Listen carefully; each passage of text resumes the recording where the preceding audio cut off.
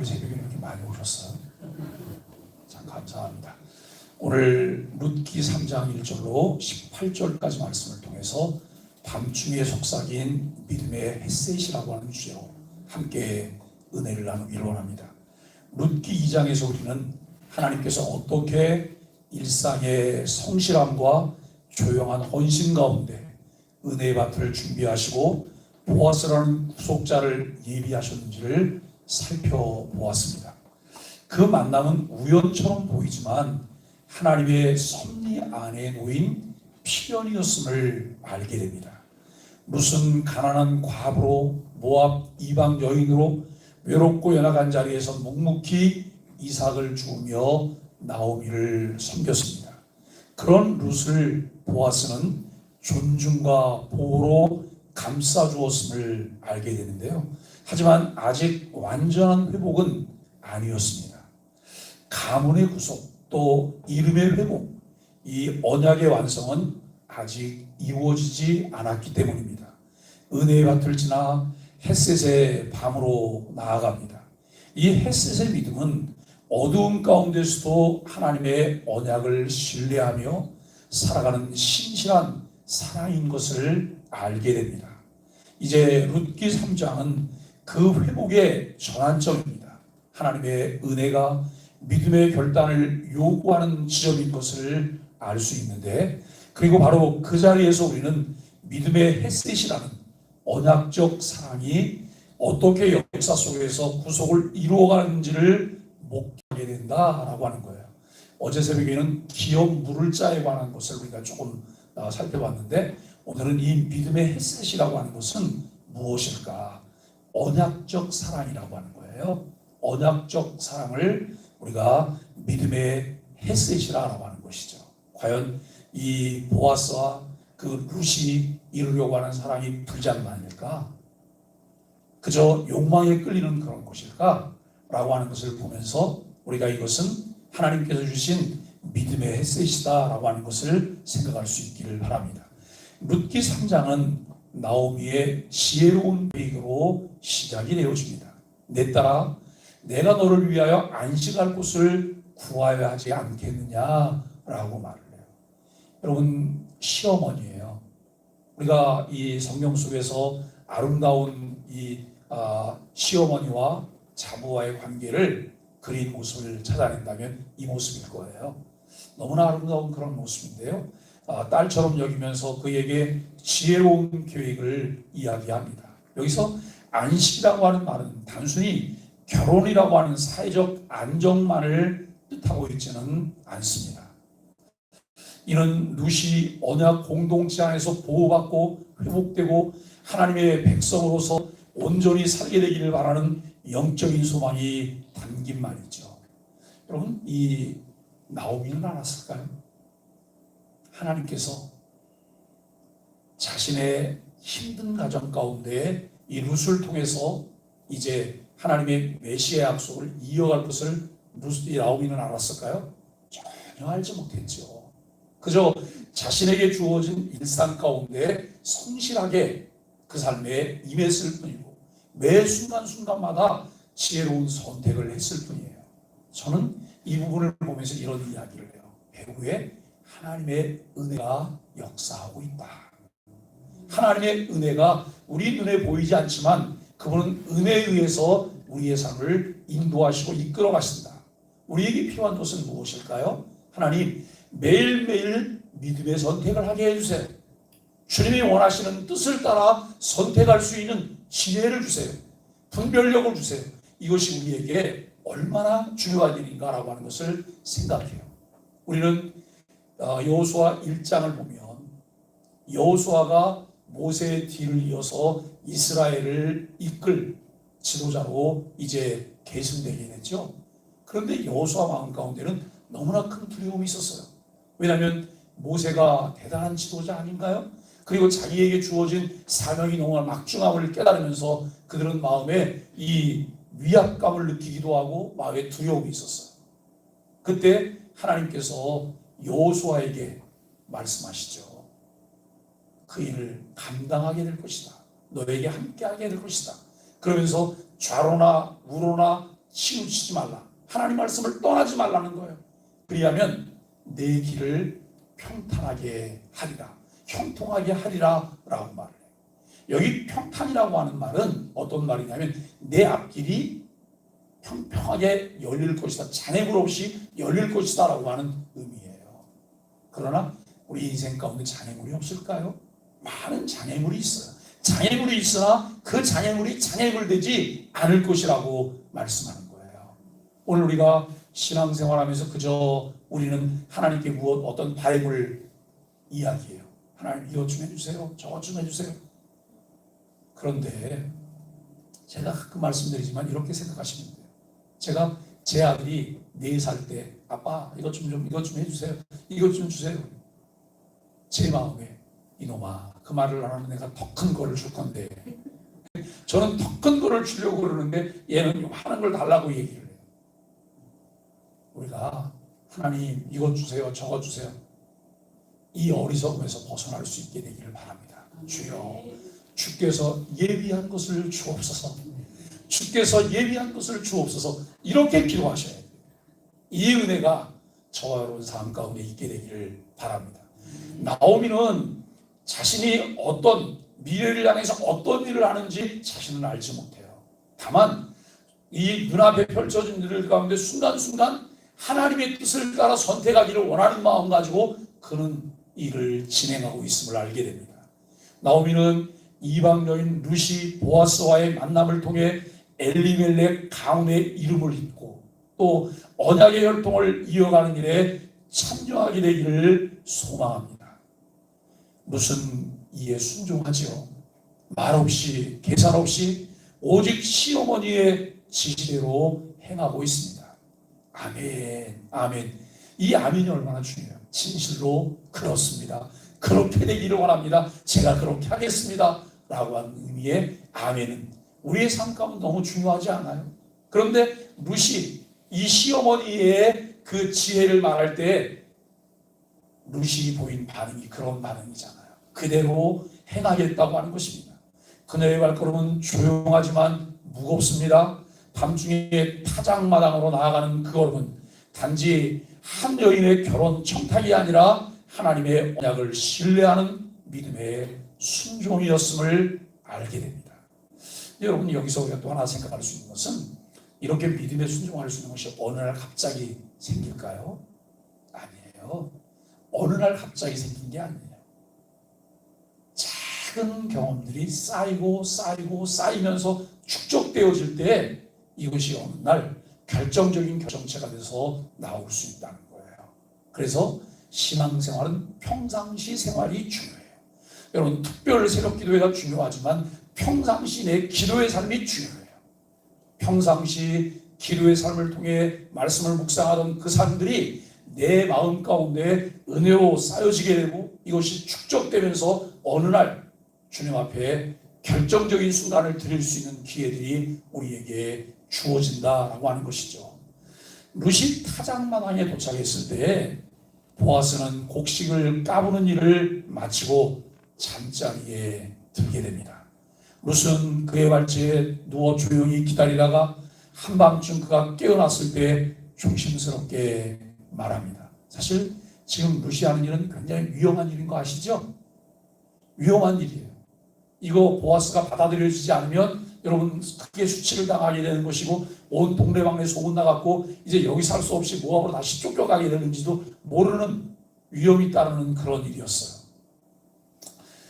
이제 여러분 이 룻이 보아스를 향해서 말하죠. 나는 당신의 여정이오니 당신의 옷자락을 펴 당신의 여정을 덮으소서. 이는 당신이 기업 물을 자가 대민이다 라고 하는 거예요. 기업 물을 자가 대민이다. 룻은 밤중의 속삭임으로 믿음의 햇빛이 드러나는 장면입니다. 이 말은 율법에 근거한 청원이며 동시에 언약적 햇빛의 요청이라고 하는 것입니다.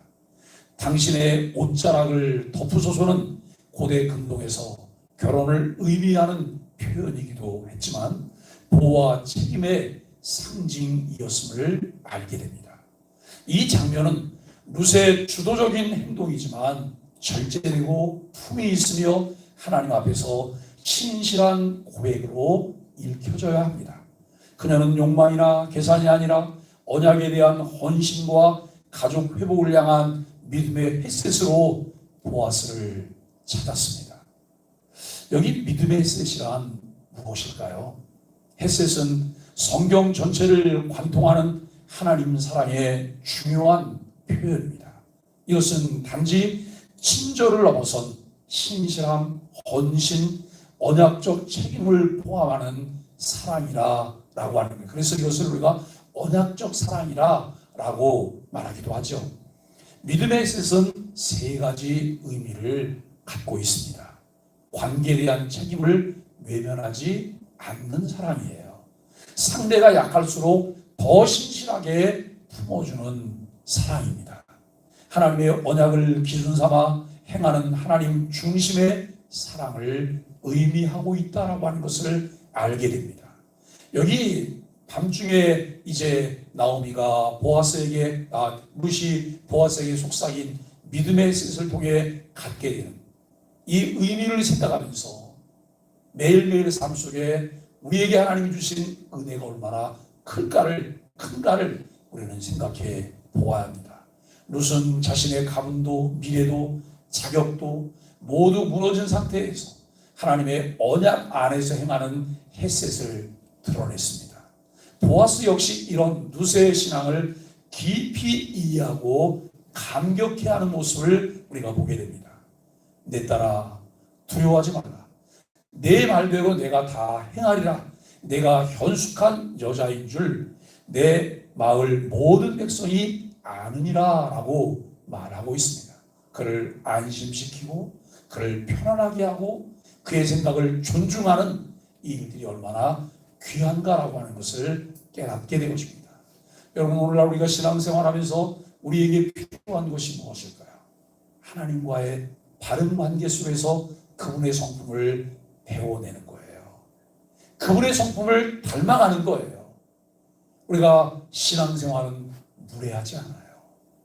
때때에 보면 우리가 여러분 그런 분들 만나게 돼요. 무례한 기독교, 다른 사람을 배려하지 않는 기독교, 정말 이기적인 기독교를 우리가 보게 돼요. 이런 것을 보면서 하나님, 우리가 정말 하나님과의 관계 속에서 하나님의 성품을 닮아가게 해 주옵소서. 매일 하나님의 성품을 닮아가며 우리를 통해서 하나님의 향기가 드러나게 하시고 우리를 통해서 복음이 보여지게 하시고 다른 사람들이 교회를 나오게 된다면 우리를 통해 복음을 보았기 때문에 교회로 나오게 해 주옵소서. 이 일이 우리에게 필요하잖아요. 우리는 때때로 무례합니다. 사람들에게 공포감을 조성합니다. 그리고 그들로 하여금 뭔가 이렇게 얼거매 속박 가운데 교회 나오지 않으면 안 되게끔 하려고 하는 그런 마음들이 우리에게 있어요. 아니에요. 그리스도 안에서 내가 누린 참된 자유, 하나님의 은혜, 이것이 흘러넘침으로 이것을 보는 이들로 하여금 나도 저 우리 속에 들어가고 싶어, 나도 저것을 함께 누리고 싶어라고 하는 이 마음을 갖게 하는 것이 여러분 정말 효과적인 전도의 방법 아닐까요? 오늘 우리는 이 보아스가 했던 이 말을 보면서 그를 통해 하나님의 성품이 정말 한껏 드러나는 이 모습을 우리는 보게 됩니다. 보아스는 룻의 요청을 받지만 율법의 절차를 지키기 위해 가까운 다른 친족에게 우선권을 넘깁니다. 이미 보아스의 마음은 결정이 되었지만 절차가 있잖아요.